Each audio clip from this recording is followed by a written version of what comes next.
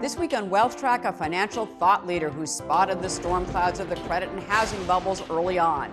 Gluskin Sheff's chief economist and strategist, David Rosenberg, on the storms he still sees ahead and where investors can seek shelter. Next on Consuelo Mack WealthTrack.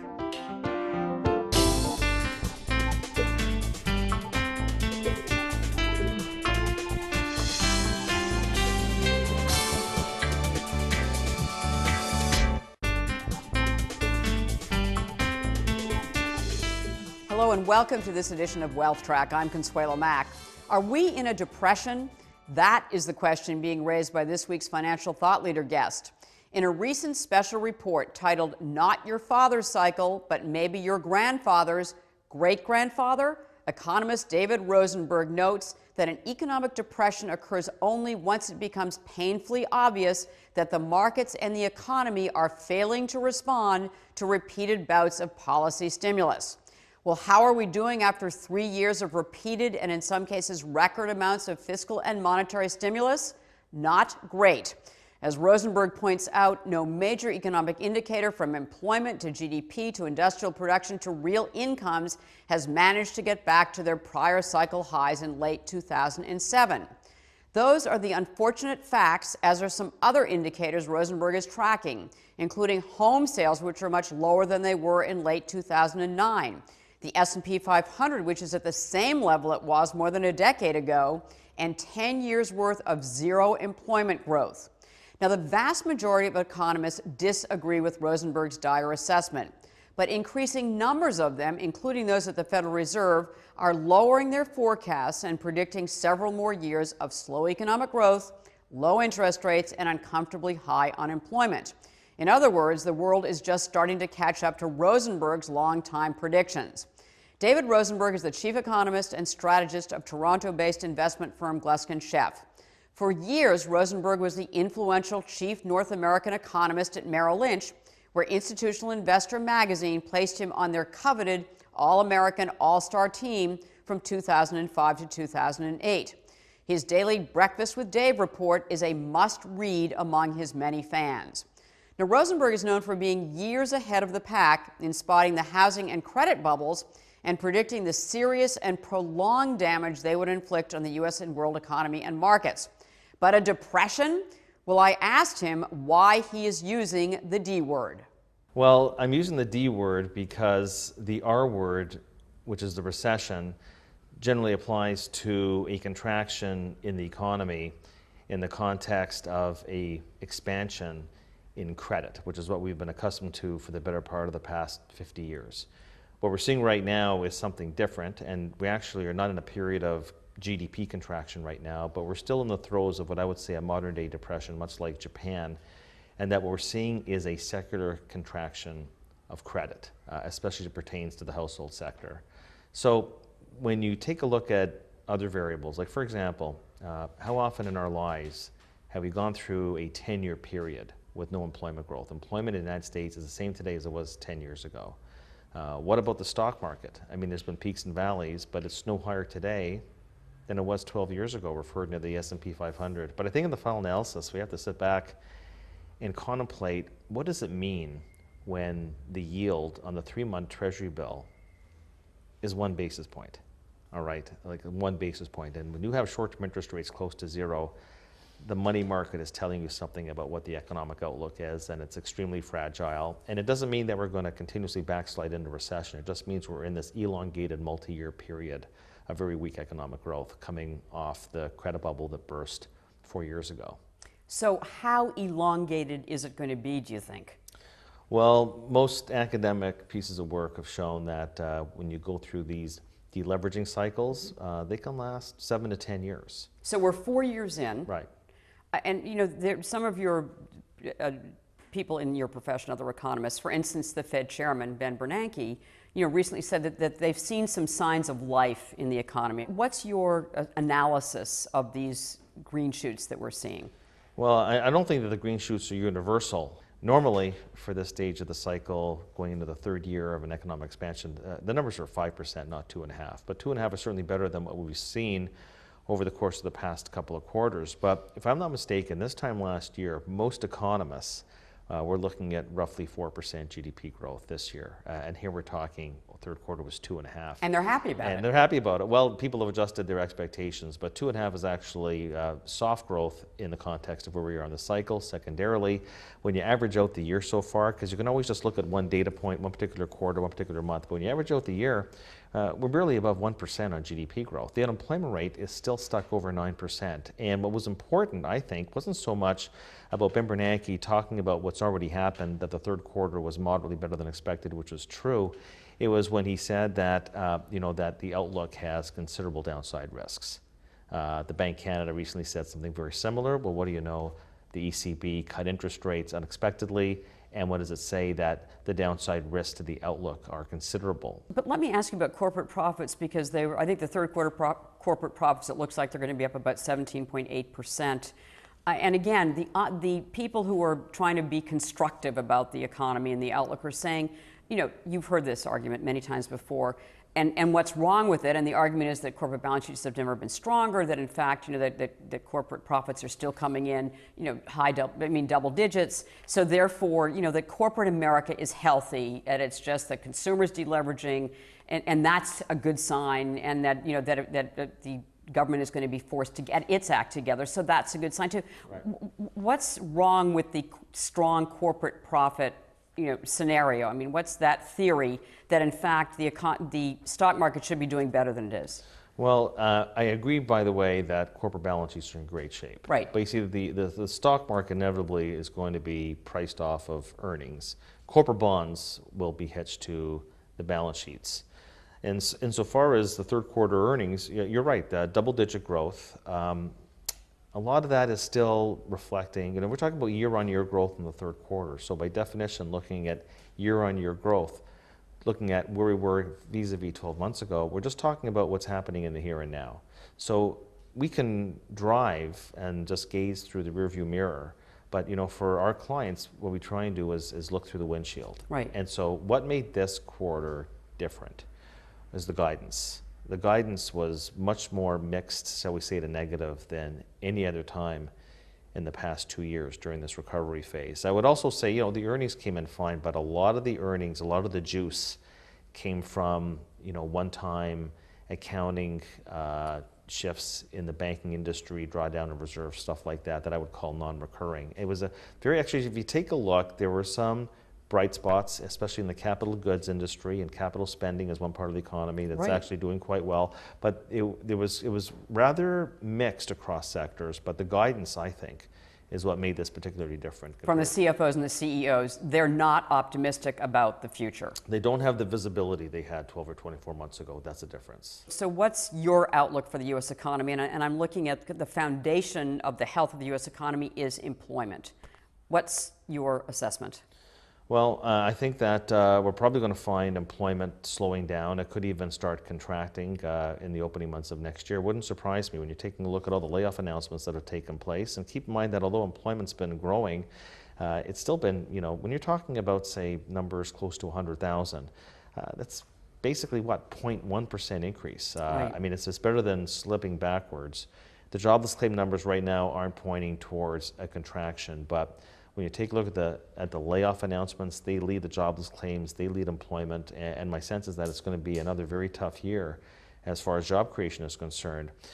We have faced, I'm talking about we, not just in the United States, but globally, just faced a very significant financial shock coming out of Europe at a time when we had a relatively flat economy. And the financial economy and the real economy, there's a symbiotic relationship, but the financial economy, or what you might call Wall Street, leads the real economy, what you might call Main Street, by anywhere from 3 to 9 months. It was no different when the tech wreck started, say in the opening months of 2000. It didn't start to really hit the real economy until we were in the opening months of 2001. And the last cycle, all the bad stuff happening with the mortgage market was starting really in the opening months of 2007. I remember New Century Financial closing its door, one of the largest subprime lenders. It didn't start hit the real economy until December of 2007. So we're in a situation today where everybody It's so fast money. If something happens on a Monday and you don't see it impact anything on the Wednesday, well, it's not going to happen. But you see, there are long and insidious lags between what happens in the financial economy, the impact on the real economy. But you see, we went into this situation with the economy roughly flat, and we got hit with a very major financial shock and tremendous volatility. And that's going to come back, I think, with a lag. And I expect we're going to start to see more evidence of this in the opening months of 2012, that we're going to start to see the economy potentially start to contract at that point. So is MF Global, for instance, the bankruptcy of MF Global, is that kind of the canary in the coal mine? I mean, is that a harbinger for more troubles to come, both in the financial sector and also on Main Street, as you said, in the main economy? I would put it exactly as you just did. I would just take out the question mark, because I think it's actually more of a statement than a question. So I do think it's a canary in the coal mine. And I'm wondering whether, say, 6 or 12 months from now, we'll be looking back at what happened with MF Global. Was that the Bear Stearns of 2011? And I remember people thought after Bear Stearns it was all going to stay contained, and the Fed orchestrated this deal with JP Morgan, and who even knew back then we were already into a recession. And then who knew that there's going to be more legs along the way? You see, the one thing about a financial crisis like this is that, there's never just one cockroach in the messy kitchen. There's usually a few of them. So I would tend to agree with that this is actually the one element that you can point to as to how the situation in Europe has come back into the United States in a tangible way. Okay, not just how it affects the stock market, volatility, but actually this was the 8th largest bankruptcy in U.S. history. Which is kind of being lost in the news coverage. 5th largest financial.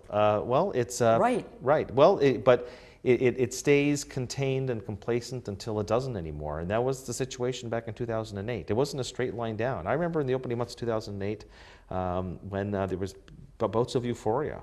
People thought it was over after Bear Stearns and the stock market. I remember that we had the Bush tax cuts and the stock market rallied.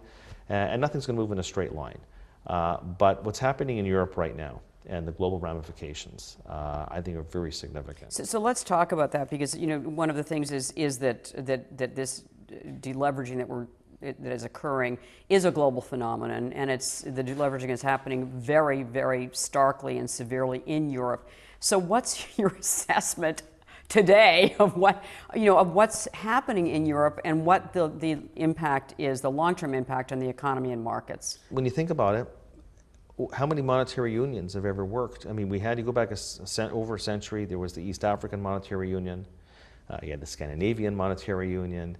You had the East African Monetary Union. Nobody knows about these monetary unions. You know why? Because they don't exist anymore. The only monetary union that works is the United States. Well, because we have a central regulatory, central fiscal, central political union. And we fought a civil war to get it. Well, that's exactly right. Well, before that, we had Confederate money, and exactly. But as it stands now, the United States, and look, everybody's got their blemishes, but I think in the final analysis, it's going to have to be up to the European Central Bank. Is going to have to probably radically change its mandate.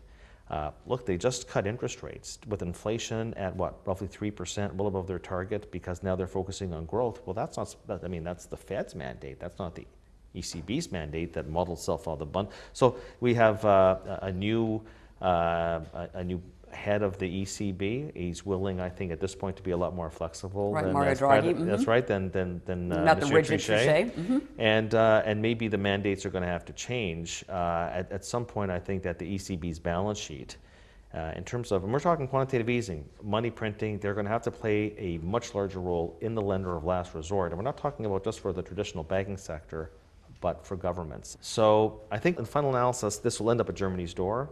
Will we go finally towards a euro bond, which will have to be hitched to Germany's credit rating, assuming it's still AAA by then. But I think that the ECB is going to have to play a much larger role. And that's why, and this is David Rosenberg being optimistic, maybe this was a good time to have a change in leadership at the European Central Bank. If it ends up in Germany's door, what do you think will happen? Well, that's a great unknown. That's a great unknown. I think that this actually gives Germany a great opportunity to really reshape the whole Eurozone and have more control. It may well be that we finish this book and the Eurozone, as we currently see it, as a bunch of the northern stronger countries, and that the southern Club Med countries, who maybe in retrospect never should have been allowed into the zone, maybe they go back to their own currencies. But it wouldn't surprise me that when we come out of this, the Eurozone itself is going to be smaller than what we're seeing right now. Markets. Let me ask you, because you had just mentioned that the fact that you're watching the bond markets. Well, I usually find that the bond market, that's where the truth lies. The bond market gets it right a lot more often than the stock market does, as an example. The bond market's telling you in the United States that we are in a Japanese type situation. Not that any two cycles or any two experiences are ever 100% the same, but the bond market's telling you that we're going through a very similar post-credit housing bubble debt deleveraging cycle, and it's going to be deflationary. So that's my next question for you, because you said that really that bond yields are determined by inflation. So while there are a number of people out there, and you've mentioned it too, the fact that the Fed has been has been easing so much and is basically expanded its balance sheet so much that it's going to end up being inflationary at some point, possibly. That's a risk, right? But is deflation really what's happening in the economy now, and therefore what does that mean for the bond market? Here at home in the United States, there's two curves as an economist that you look at. You look at the aggregate demand curve, you look at the aggregate supply curve. You look at the difference between where the economy is operating today and where would the economy be operating if it was operating flat out at full employment. And that's what economists call the output gap. Everybody at the Fed knows what the output gap is. Any economist on Wall Street certainly knows what the output gap is. They love the difference between where the economy is and where it would be in nirvana, full employment. And so where is it? 7% of GDP. Like, it's basically when you tack on the excess supply of everything, houses, labor, to a lesser extent capital goods, but certainly what is bigger than the labor market? You talk to a local baker, he's not going to talk to you about flour necessarily or talk to you about employee theft. He's going to talk to you about his biggest cost is still labor costs. Right.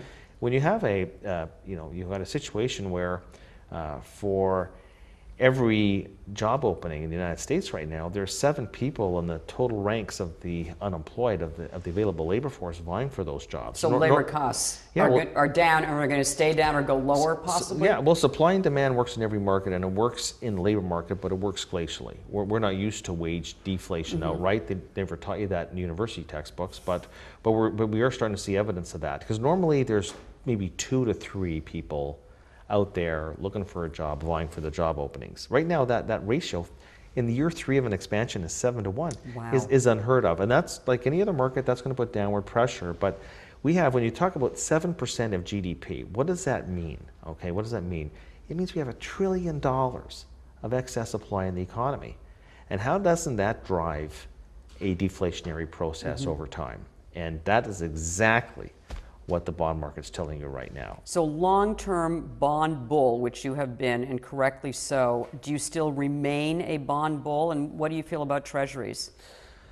Well, there is a possibility that treasury yields go lower, but at this point, you're talking maybe they go to 1.5% from 2%. Right. I think if we're looking at the overall fixed income market, I wouldn't mind stepping up the risk judiciously and buying corporates, okay? Because the one thing I will say, we discussed this earlier, when you're buying a corporate bond, you are staking a claim on the quality of the balance sheet in the corporate sector. And whether I look at debt equity ratios or interest coverage ratios or liquidity ratios or the whole gamut of ratios, the one thing I will say is that the quality of corporate balance sheets in North America are as good as they've been in the past 50 years. And that's why you believe that corporate bonds, and North American corporate bonds specifically, right, are the one investment that we should all own some of in a long-term diversified portfolio at this point. Yeah, and I don't think I would be going, adding a lot of duration,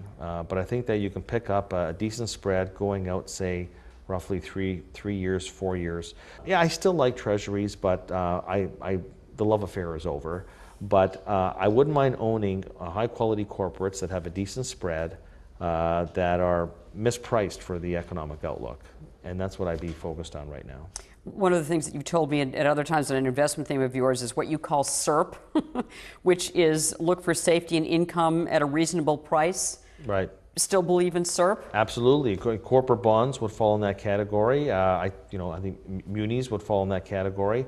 So bond market in general doesn't mean I'm going to necessarily run out and buy Italian bonds right now. But because remember, safety and income at a reasonable price. Right. And I think that corporates, look, in some cases, corporate balance sheets are in better shape than some government balance sheets.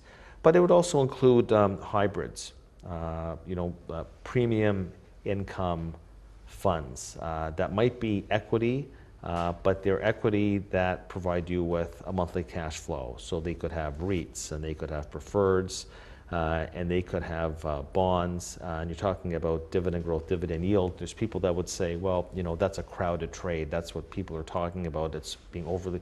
Well, but this is exactly what you want to have in your equity portfolio. Is you want to be almost like a landlord, and hopefully the capital over time will grow. But you want the monthly cash flows.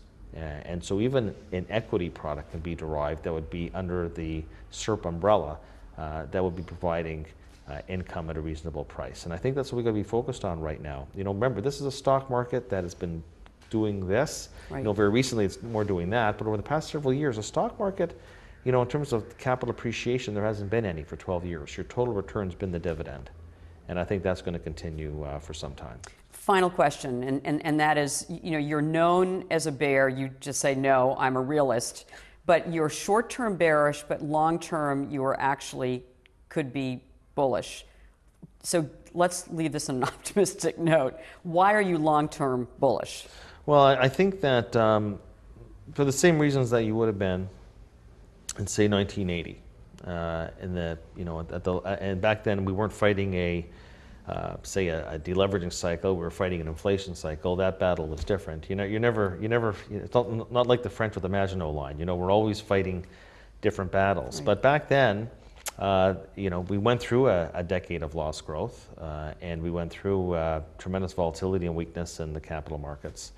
But it was contingent on political change. And we think of, or most people, since everybody think of Ronald Reagan a certain way, that they didn't back in 1980. Mm-hmm. And of course he was unproven and untested beyond what he did in California. But when you go back to that period of 1980, if you were superimposed that really terrible period from, call it 1966 to 1980, and everything that happened in between Vietnam and Iran and gas rationing and everything else, if you superimpose that period into the 80s and 90s, what a big mistake that would have been.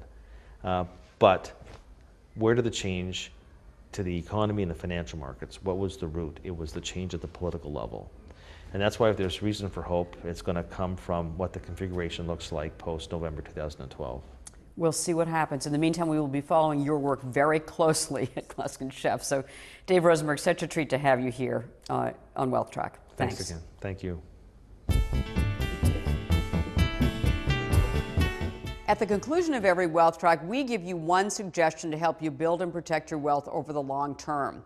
This week's action point picks up on a longtime theme of Dave Rosenberg's. It is to look for safety and income at a reasonable price. He calls it SERP. Two recent guests provided us with two different and not necessarily mutually exclusive strategies. For those of you who prefer to own individual stocks, great investor guest, ClearBridge Advisors Hirsch Cohen, shared his great balance sheets and dividend growers list of global brand name companies which Hirsch believes should be bought on weakness. We will have it for you on our website, wealthtrack.com. For those of you interested in diversifying into emerging market stocks, particularly in rapidly growing Asia, recent guest Robert Horrocks, Chief Investment Officer of Matthews Asia Capital Management, helps oversee the 5-star rated Matthews Asia Dividend Fund, which focuses on companies that grow their dividends. Two choices for safety and income. Now, next week, we will have a rare interview with Wall Street's longtime #1 Washington analyst, financial thought leader Tom Gallagher. Understanding policy and politics has never been more critical to investors, and no one does it better than Tom.